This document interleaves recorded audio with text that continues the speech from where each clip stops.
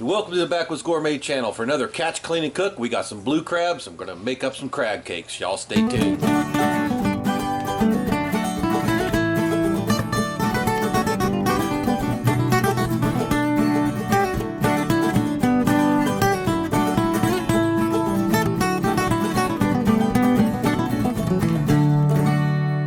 Alright, so we finally got over to the coast, and first time since Hurricane Irma. So you guys watch this little bit of footage here of a little trip we just did. Alright guys, I'm here at the ramp. It's my first time over here since the hurricane. So we're gonna go check it out. We brought all kind of stuff today, so we don't know what we're gonna catch. We got crabbing equipment, we got mullet net, we got a regular cast net, of course we got our fishing rods and plenty of bait. We also got a crab trap. Got all that set up in here. So we're gonna go ahead and get all this stuff here, put it in a boat. First thing we're gonna do is go out and find us a good spot to set that crab trap. All right, let's get that in the boat, and we'll get everything else ready, and we'll see you back in a minute. So we don't know what we're gonna get today. We're loaded for just about anything we see. We got plenty of good dead bait. We'll probably go try to catch some live bait. Also, so you never know. You come out here, you catch anything. I know the water smells a little bit. It's a little bit, it's churned up from the hurricane, which I pretty much expected. Alrighty, here's our crab trap. We got the bait portion filled up with pogies that we caught in a cast net about a month ago. We had them frozen, and some frozen sardines. Here's the nameplate. Just remember name, address, and telephone number. If you don't have all three of those things in there, they can give you a ticket. And then our buoy is clearly marked with an R. Okay. If you look out here, all around here are crab trap pods. So we know this is a good area. And I already seen this guy over here pulling these traps, so maybe you won't come back here and pull mine today. All right, so the next thing you want to do is mark your location on your GPS. Mine enter twice. Gives me a mark. We'll go ahead and drop it where it kind of goes down straight, just like that. So this is all untangled. There we go. We're fishing, or in this case, crabbing. Alright guys, I'm going to use my track back and my waypoint feature on my GPS to find our crab trap out of the thousands of crab traps that are out here. And we're pretty close to it right now. I think I might see it right there. So yeah, GPS is a freaking wonderful thing. Yep, I see my route. Okay. So we'll get headed up into current and wind here, and see if we can't get a hold of that guy. And hopefully, I never thought I'd say this, but hopefully I got crabs. Yeah, that was pretty fun. Water's still pretty screwed up over there. It's real high, a lot of fresh water in there. It may take a long time to recover. So what we're going to do first is clean the crabs. All right, guys, we didn't get a lot.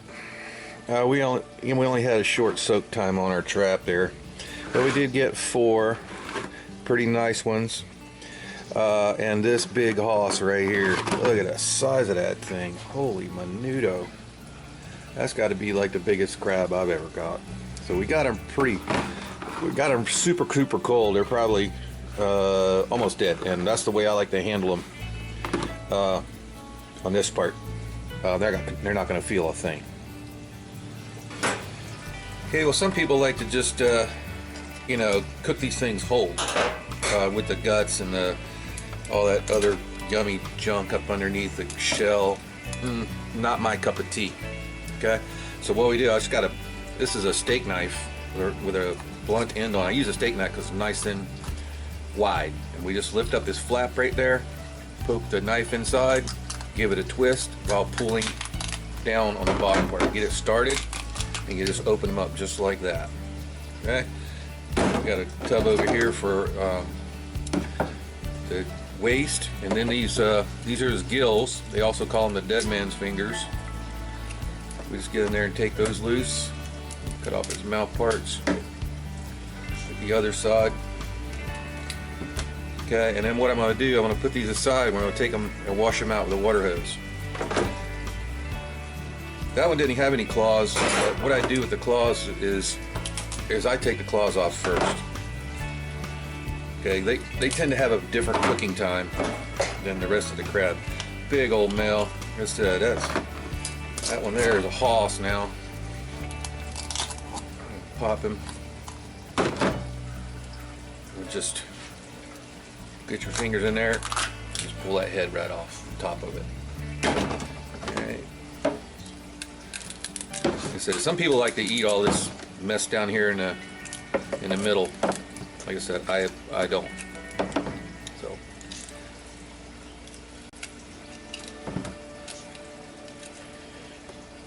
okay, again, we can do it now or after. I'll show you. So final thing I do to them to get them ready after I wash them is I just break them into 2 pieces like that and leave the legs on. So that's how you clean a blue crab. Okay, we got them all rinsed out there now. You see that? Beautiful. The other big advantage to this is this will now keep a lot longer than if you had them with all their guts and their gills and all that inside of them. So I would suggest, even if you're out on a camping trip or something and you're catching crabs and you're not going to be able to cook them right away, go ahead and clean them like this, and then you can ice them. Put them in a Ziploc bag and bury them in ice, and you can keep them at least probably a couple days that way, now that the guts are gone. Alright guys, here's what you're going to need to boil your crabs. 1 package of Zatarain's crab boil, 3 tablespoons of salt, a tablespoon of Everglades Original, 2 tablespoons of vinegar, supposed to help your crab shuck easier, 3 quarts of water, we got 2 in, there's 1 more, and then of course our crabs, we've had those in a bag, submerged in ice in the refrigerator, so they're ready to go. And over here on our burner, we have our Dutch oven going with that 3 quarts of water. So we're going to go ahead and put in the vinegar. Hopefully they don't kill my seasoning. Salt,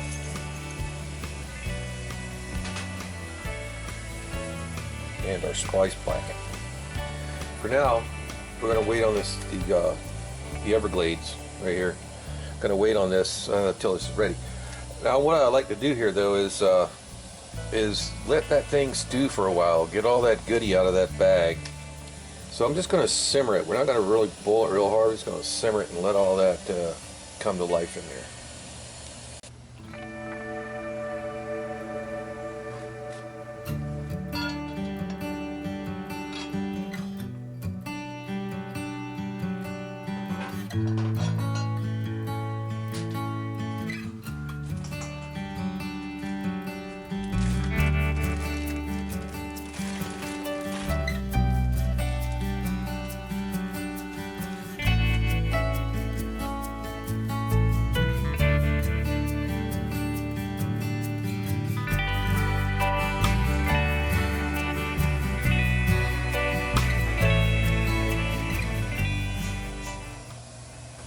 Alright guys, in exactly 5 minutes, we set the timer, just beep. I'm going to turn off the fire. I'll leave it uncovered, and we'll leave them sitting there so they'll soak up all that nice flavor from that broth.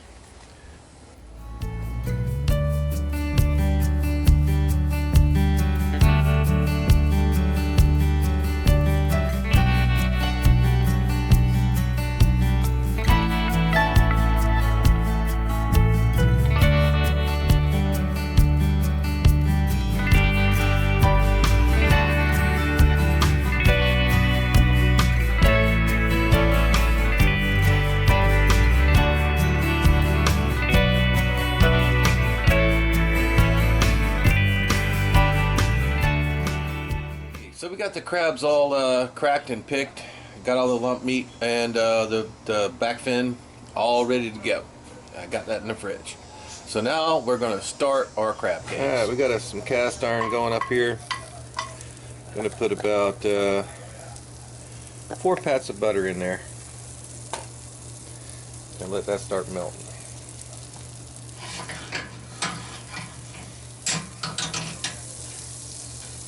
Got that down on a low flame.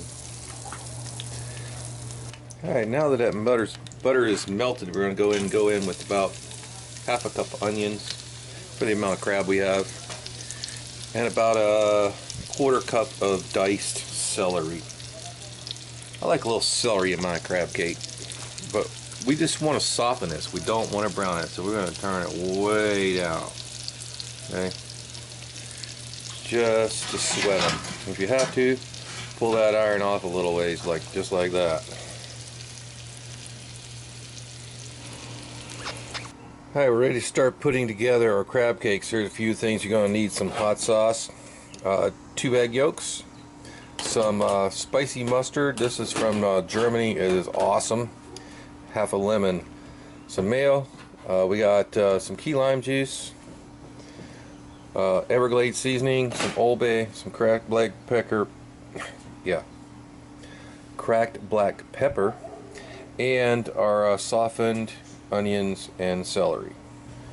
Alright, first thing we got in the bowl, about 3 tablespoons of mayo. In goes our 2 egg yolks. Okay. And we're going to get the whisk on that and start incorporating them. Egg yolks with the mayo.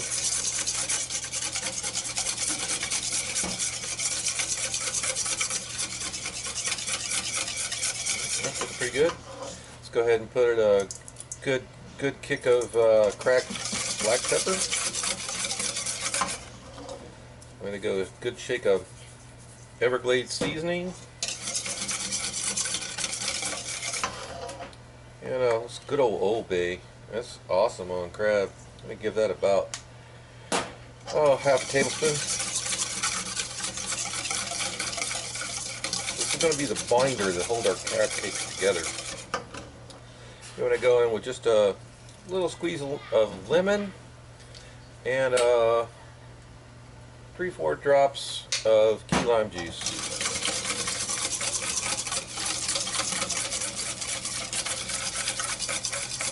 Bring that all together.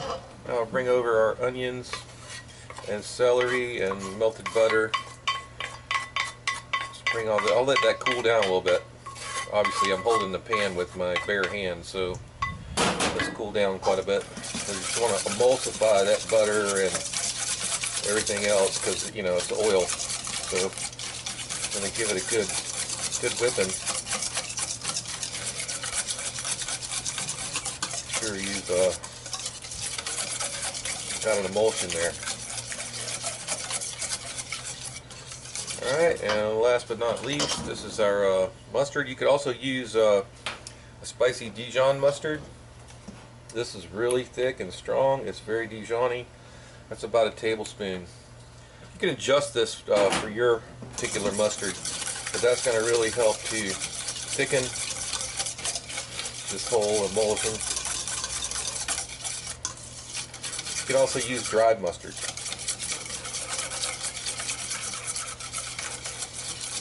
So that's looking and smelling pretty daggone good already.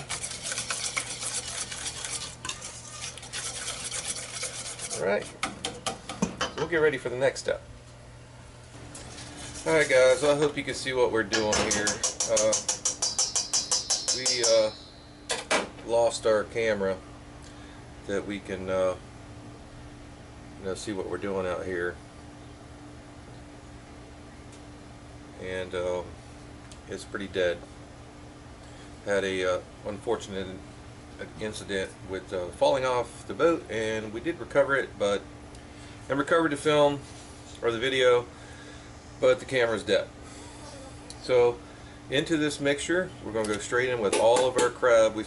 These were 4 really good sized blue crabs, cooked and picked, and we tried to leave the lumps as big as possible. So we're just going to gently turn that with my fingers, and then we're coming in with some, these are our fresh breadcrumbs from this is a Spanish style sweetbread breadcrumbs. We're going to just lightly fold into there, and then we have a little bit of panko breadcrumbs. I'll go ahead, just turn that over, and you're kind of looking for a consistency where this is going to kind of start sticking together so that we can make patties with it.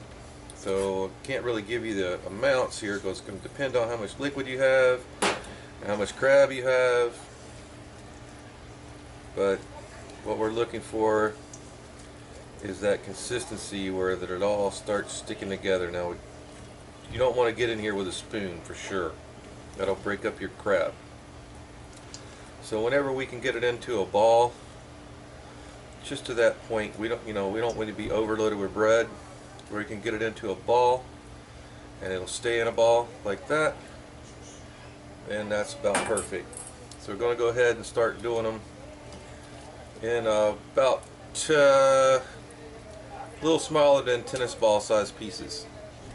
Bigger than a golf ball, smaller than a tennis ball. And we're just going to gently, not packing them, just gently rolling them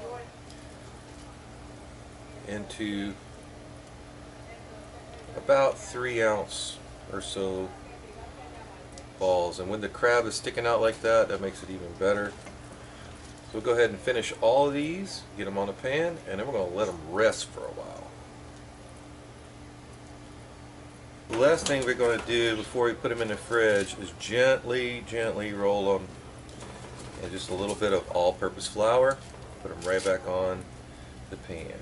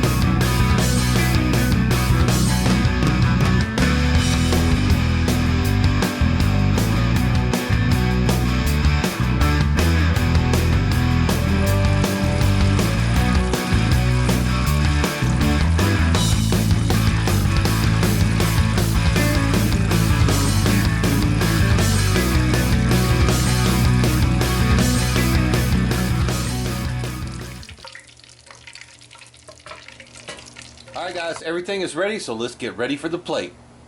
Backwoods Gourmet style. Alright guys, this is how we're going to plate the dish. We're going to start with a little dollop. This is some Boar's Head Chipotle Gourmets. Going to put a little bit right in the center of our long plate. I'm going to grab our silicone brush and we'll squiggle that out both directions.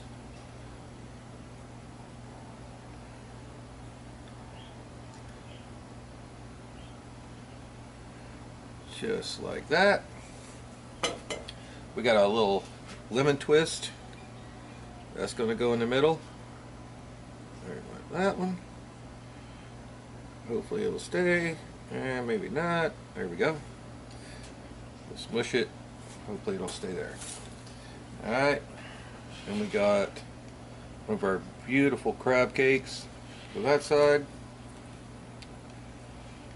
Another one for this side. And our lemon twist is not cooperating at all. But you guys get the idea. And here we have some freshly diced fresh green bell peppers from the garden. So I'm sure Mrs. Backwoods will not be partaking of any of those. Just for a little color on the plate. And then last but not least, a little sprinkle of Old Bay across the plate. And if you want, a little dash of fresh cracked black pepper.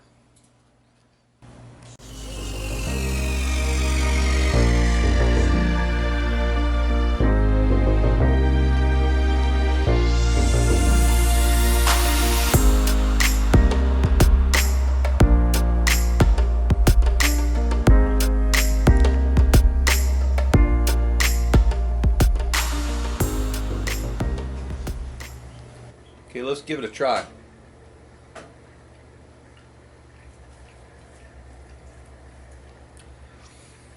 That's really good. It was a lot of work.